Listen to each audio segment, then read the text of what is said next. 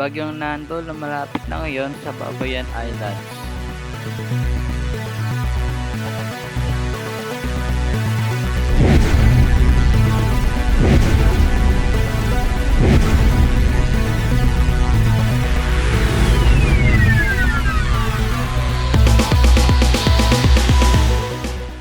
Ang malaking mata ngayon ni Bagyong Nando, international name Bragasa, ay lumalapit na ngayon sa Babuyan Island sa ngayon. Kasalukuyan na siya 19.3 degrees north at 122.9 degrees east. Sa ngayon, meron itong lakas ng 260 km per hour or 175 miles per hour sa may 1 minute sustained. May pressure ng 896 hectopascals at gumagalaw pa west sa 21 km per hour. At ito naman ang wind field ng bagyo. Sa kasalukuyan, may kitang malaki nga ang struktura ng bagyong ito na umaapekto ngayon sa ating bansa.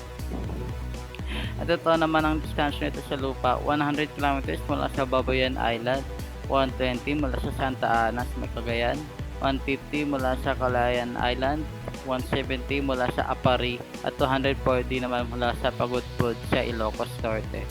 Sa kasalukuyan nasa ibaba ang lahat ng warnings na nakataas ng Pag-asa sa ngayon. Nakataas na ngayon ang signal number 5 sa Babuyan Islands kung saan inaasahan papasok ang isla na ito sa mata ng bagyo sa susunod na oras.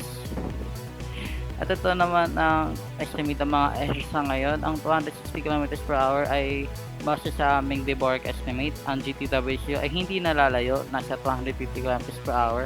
Ang JMA ay nasa 205 km per hour habang ang Pag-asa naman ay nasa 215 km per hour. At ito naman ang storm surge warning ng Pag-asa. Inaasahan nga na higit sa 3 metro na storm surge ang tatama sa may Babuyan Island kasama na ang Batanes at sa northern coastal areas ng Luzon. At ito naman ang forecast ng JTWC sa susunod na 5 araw. Inaasahan nga na patuloy pa rin ito magiging category 5 na typhoon sa kanilang Saffir-Simpson scale o super typhoon sa ating scale bago ito humina puntang China. At ito naman ang sea surface temperature sa init ng karagatan sa ngayon. Kasalukuyan nasa 29 to 30 degrees Celsius na init ng karagatan si Nando at na magpapatuloy hanggang sa paglandfall nito sa China. At ito naman ang forecast ng GFS sa susunod na 7 araw. May kita ngang papasok ang isla ng Babuyan Island sa mata ng bagyo na si Nando bago ito tumungo papunta sa may China. At may kita rin ng isa pang bagyo na mamumuo sa susunod na linggo.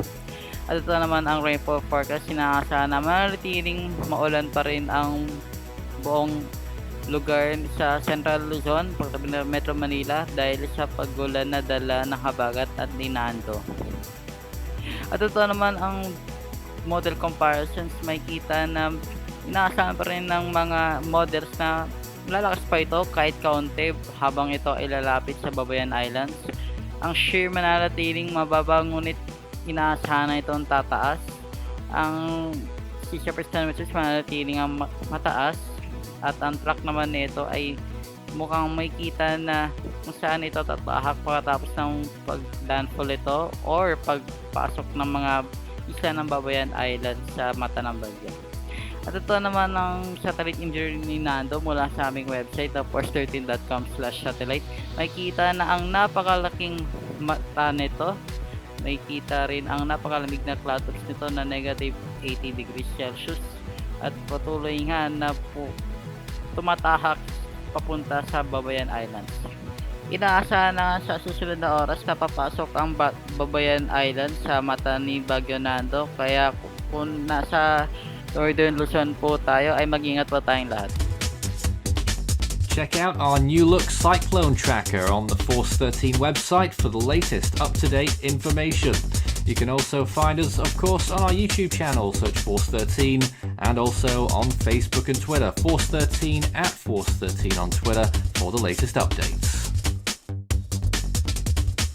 You can also help the project become even better by becoming an ultimate fan on YouTube. To see the full list of Ultimate Fan benefits and to join, visit youtube.com/force13/join. With a special thanks to our top supporters this month. You can also check out our growing merch store so you can show Force 13's colours wherever you go. You can also find a link to our Discord server underneath this video in the description.